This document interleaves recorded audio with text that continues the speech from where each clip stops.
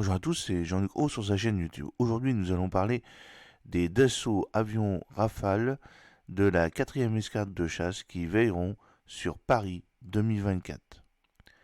Organiser de grands événements culturels et sportifs et pleinement dans les cordes de la France, que ce soit la réception d'un dignitaire étranger comme le pape François, autant qu'une Coupe du Monde de rugby à 15, à dernièrement l'arrivée de la flamme olympique à Marseille à bord du voilier le Belém.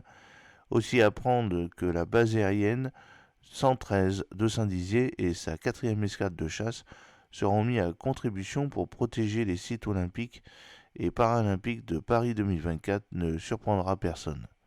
Leur avion de combat Omnirol d'Assaut Aviation Rafale F3R et F4 joueront le rôle d'ange gardien et seront prêts à décoller en alerte.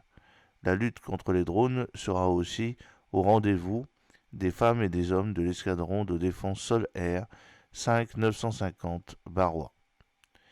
Jusqu'à ce que France 3 en parle cette semaine, l'engagement de la 4e escadre de chasse et d'une grande partie des personnels de la base aérienne 113 de Saint-Dizier n'était qu'une rumeur insistante. C'est désormais une réalité. Nous ne trahissons donc aucun secret. À vous l'annoncer, les chasseurs biréacteurs auront pour mission d'assurer une bulle autour de Paris et des sites olympiques répartis entre les Hauts-de-Seine, la Seine-Saint-Denis et les Yvelines.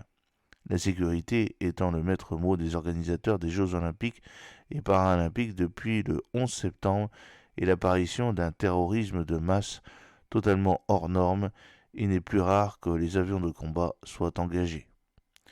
Cela fait même quasiment partie du cahier des charges. Ça tombe bien qu'en France, nous disposions du meilleur avion de combat de la planète. Petite boutade mise à part, les femmes et les hommes de l'escadron de chasse 1-4 Gascogne et 2-4 Lafayette, ainsi que de l'escadron de transformation Rafale 3-4 Aquitaine, sont fin prêts. Ils répètent depuis des mois leur gamme, capables de prendre les airs en quelques minutes et de rejoindre la zone olympique le plus rapidement possible. Ça nécessaire, ils pourront avoir recours à la super croisière propre au Rafale. Et ils quitteront le plancher des vaches avec des missiles RR, bons de guerre, et le canon de 30 mm alimenté. Avions en alerte au décollage et avions en vol, en maraude, c'est clair que la 4e escadre de chasse, la période olympique, ça risque d'être sportif. Si besoin est, les équipages de la 4e escadre de chasse pourront avoir recours au tanker Airbus Défense A330 MRTT Phoenix. Bien sûr, on croisera toutes et tous les doigts pour que rien n'arrive, ni durant les 2 cérémonies d'ouverture, ni celles de clôture, et pas plus durant les épreuves. Cependant, si des machines volantes voulaient se hasarder à proximité de la bulle, voire carrément à la violer, ils verraient immédiatement arriver près d'eux des rafales B-C frappées d'un code tactique de la base aérienne 113 de Saint-Dizier.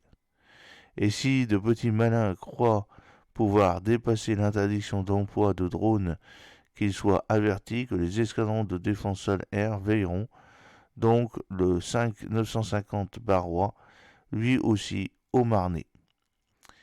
Leurs membres feront partie des 5000 militaires déployés sur Paris 2024 et logés sur la pelouse de Reuilly, au sein du désormais célèbre camp Alain Mimoun.